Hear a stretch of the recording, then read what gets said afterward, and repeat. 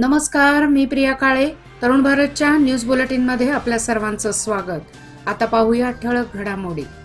शिवजयंती चित्ररथ महामंडळातर्फे परंपरेनुसार गुरुवारी शिवजयंती साजरी करण्यात आली. छत्रपती शिवाजी उद्यानात प्रेरणा मंत्र म्हणून कार्यक्रमाला प्रारंभ झाला. महाराजांच्या मूर्तीला दुग्धाभिषेक व जलाभिषेक घालण्यात आला. आज गुरुवार दिनांक 9 मे रोजी शिवज्योतींचे धर्मवीर संभाजी चौक बेळगाव येथे आगमन झाले. यावेळी विविध गड किल्ल्यांवरून आणण्यात आलेल्या शिवज्योतीचे स्वागत मध्यवर्ती शिवजयंती उत्सव मंडळाच्या वतीने करण्यात आले. यानंतर शहरातील विविध भागातील तसेच ग्रामीण भागातील शिवजयंती उत्सव मंडळाच्या कार्यकर्त्यांनी शिवज्योत आणण्यास सुरुवात केली. यानंतर शहापूर येथील श्री छत्रपती शिवाजी महाराज उद्यानात शिवरायांच्या मूर्तीचे विधिवत पूजन करण्यात आले. प्रसंगी महाराष्ट्र एकीकरण समितीचे नेते रमाकांत कोंडुस्कर यांनी सर्व शिवभक्तांना शिवजयंतीच्या शुभेच्छा देत युवकांना शिवरायांचे विचार अंगी बाळगून त्यांच्या पदचिन्हांवर चालण्याचा सल्ला दिला. मध्यवर्ती शिवजयंती उत्सव मंडळाचे उपाध्यक्ष मालोजी अष्टेकर, कार्यवाह मदन बामणे, विजय पाटील, गणेश दड्डीकर, रणजित पाटील, महादेव पाटील तसेच अनेक शिवभक्त आणि कार्यकर्ते उपस्थित होते. बागलकोट जिल्ह्यातील मुधोळ तालुक्यातील वज्रमुट्टी या गावातील विद्यार्थिनी अंकिता कोन्नूर 10वी परीक्षेत 625 पैकी 625 अंक मिळवून राज्यात प्रथम आली. मल्लीगेरी मोरारजी देसाई वसती शाळेची विद्यार्थिनी अंकिता ही शेतकऱ्याची मुलगी असून तिचे प्राथमिक 1ली ते 5वी पर्यंतचे शिक्षण वज्रमट्टी येथे झाले. स्पर्धात्मक परीक्षेत यश प्राप्त करून नंतरचे शिक्षण मल्लीगेरी येथील मोरारजी देसाई वसती शाळेत झाले. तिचे वडील बसाप्पा शेती करत असून आई घरकाम करते. अंकिताच्या यशाबद्दल बागलकोट जिल्हाधिकारी जानकी के.एम., जिल्हा पंचायत मुख्य कार्यनिर्वाहक अधिकारी शशिधर कुरेर यांनी कौतुक केले. तामिळनाडूतील शिवकाशी जवळ एका फटाक्यांच्या कारखान्यात गुरुवारी स्फोट झाल्यानंतर घटनास्थळी अग्नितांडव निर्माण झाले. या भीषण दुर्घटनेत 8 जणांचा मृत्यू झाला. मृतांमध्ये 5 महिलांचा समावेश असल्याची माहिती पोलीस सूत्रांनी दिली. तसेच या अपघातात अन्य 12 जण जखमी झाले असून त्यांच्यावर इस्पितळात उपचार सुरू आहेत. कर्नाटक राज्य शिक्षण खात्याच्या वतीने घेण्यात येणाऱ्या 10वी परीक्षेचा निकाल गुरुवारी जाहीर झाला. यशस्वी विद्यार्थ्यांनी आनंद साजरा केला. मात्र परीक्षेत अपयश आलेल्या विद्यार्थ्यांसाठी राज्य शासनाने पुन्हा नवी संधी उपलब्ध करून दिली आहे. त्यानुसार 7 जून पासून नापास विद्यार्थ्यांसाठी पुरवणी परीक्षेस प्रारंभ होणार आहे. त्यानुसार अर्ज करून परीक्षेस बसण्याचे आवाहन करण्यात आले आहे. हिंदवी स्वराज्याचे संस्थापक रयतेचा राजा छत्रपती शिवाजी महाराजांची जयंती आज बेळगाव शहर व परिसरात पारंपरिक पद्धतीने साजरी करण्यात आली. गल्लोगल्लीत शिवरायांचा जन्म सोहळा मोठ्या उत्साहात साजरा झाला. अनेक ठिकाणी शाहिरी पोवाड्याचे कार्यक्रम, महाप्रसाद आदी कार्यक्रम संपन्न झाले. छत्रपती शिवाजी महाराजांच्या मूर्तीला अभिषेक व पूजा अर्चा करण्यात आली. शिवजयंती सोहळ्यानिमित्त महिला व धारकऱ्यांमध्ये उत्साहाचे वातावरण दिसून आले. काही गावांमध्ये शाहिरी पोवाड्याचे कार्यक्रम, महाप्रसाद व इतर कार्यक्रम आयोजित करण्यात आले होते. छत्रपती शिवाजी महाराज की जय, जय भवानी, जय शिवाजी अशा घोषणांनी गुरुवारी अवघा शहर व तालुका दुमदुमला होता. तालुक्याच्या बहुतांशी गावांमध्ये गावच्या वेशीवर, गावच्या मध्यभागी व चौकात छत्रपती शिवाजी महाराजांची मूर्ती उभारण्यात आलेली आहे. या ठिकाणी शिवजयंती निमित्त भगव्या पताका लावण्यात आल्या होत्या. तसेच रंगीत रांगोळ्या काढण्यात आल्या होत्या. गुरुवारी पहाटेपासूनच शिवजयंती सोहळ्याला सुरुवात करण्यात आली. धारकरी व कार्यकर्ते ध्येयमंत्र व प्रेरणा मंत्र म्हणताना दिसत होते. काही ठिकाणी छत्रपती शिवाजी महाराजांच्या जीवनचरित्रावर आधारित व्याख्यानाचे आयोजन करण्यात आले होते.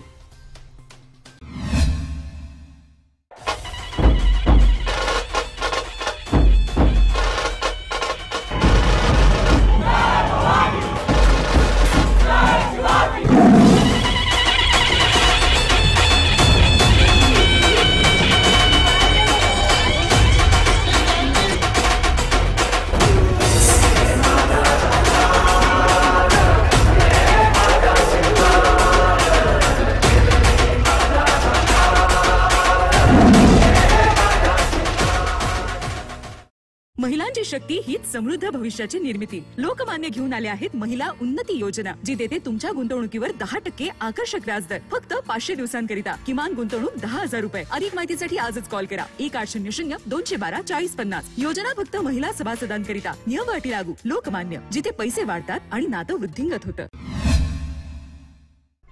निवडणुकीमुळे मागील 4 दिवसांपासून विस्कळीत झालेली बस सेवा अखेर गुरुवारपासून सुरळीत सुरू झाली आहे.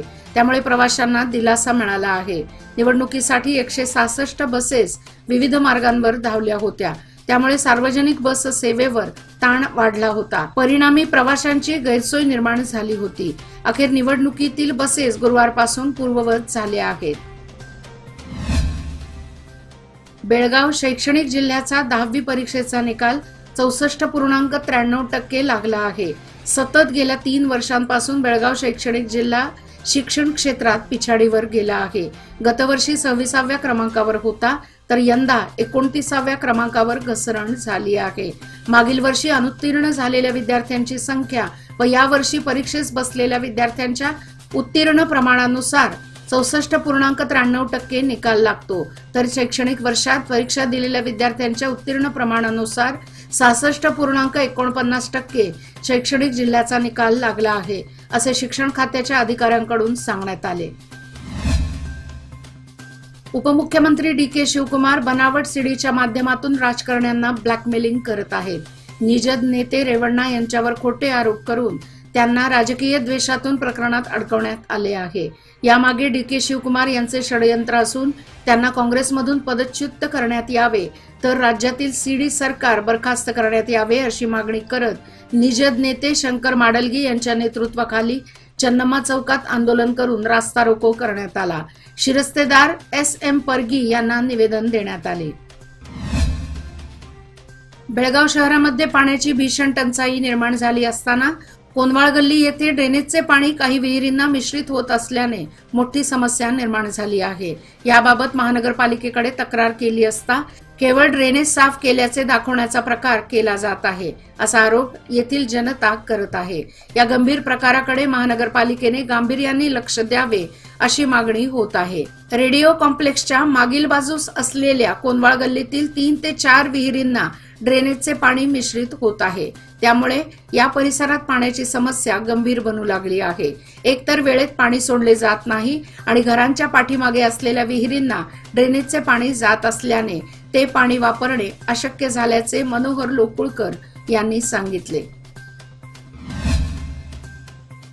पांढरी, पिवळी, लाल अशा विविध रंगांची फुले वसंत ऋतू बहरल्याची साक्ष देत आहेत.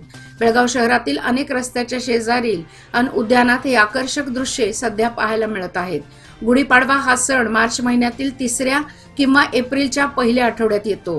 तेव्हापासून मे अखेरपर्यंत वसंत ऋतू मानला जातो. याच कालावधीत निसर्गात जी झाडे फुलतात ती प्रसन्न वसंताची वर्दी देतात. पिवळ्या धमक फुलांच्या पाकळ्यांनी भरलेल्या बहाव्याकडे पाहणे म्हणजे नेत्रसुखच. ग्रामीण भागातील शेतकरी पाऊस लवकर येणार की उशिरा येणार याचा अंदाज अनेक पद्धतीने घेतात. यंदा बहावा हा मोठ्या प्रमाणात बहरला असून यावरून पावसाचा अंदाज काढता येतो. या बहावा फुलल्याने पाऊस समाधानकारक होण्याचे संकेत मिळत आहेत.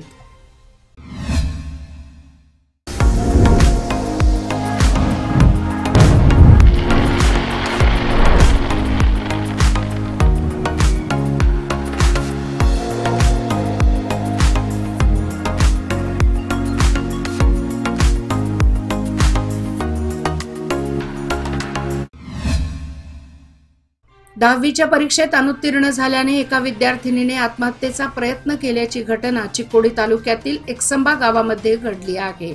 सृष्टी कल्लप्पा चव्हाण वय वर्ष 16 असे विद्यार्थिनीचे नाव असून तिच्यावर इस्पितळात उपचार सुरू आहेत. सदलगा पोलीस स्थानकाच्या व्याप्तीत ही घटना घडली आहे.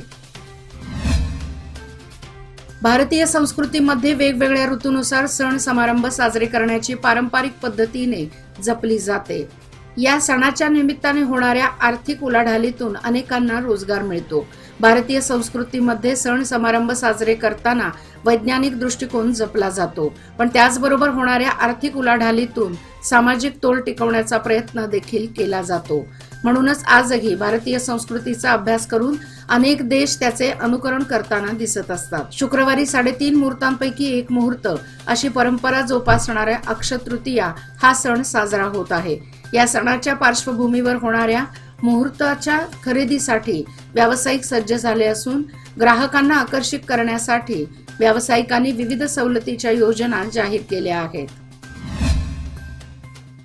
आथणी तालुक्यातील अनंतपूर येथील 24 वर्षीय युवकाचा विहिरीत मृतदेह आढळून आला।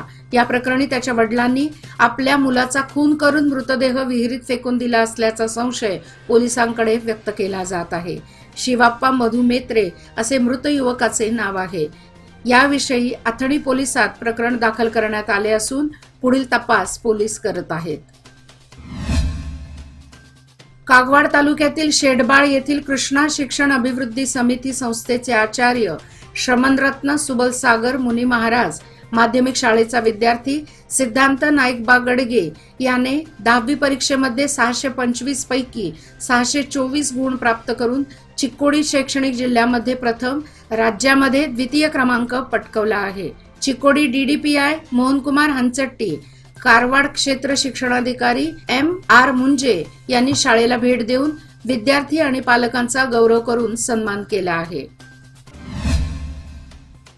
निप्पाणी अक्कोळ हा रहदारीचा रस्ता अनेक वर्षे शासनाच्या दुर्लक्षातून खड्ड्यांमध्ये गुरफटला आहे। मात्र ज्यावेळी रस्ता सुसज्जरित्या बांधण्यात आला त्यानंतर वाहनांचा वेग वाढला। गतिरोधक नसल्याने अनेक ठिकाणी अपघाताच्या घटना देखील वाढत राहिल्या।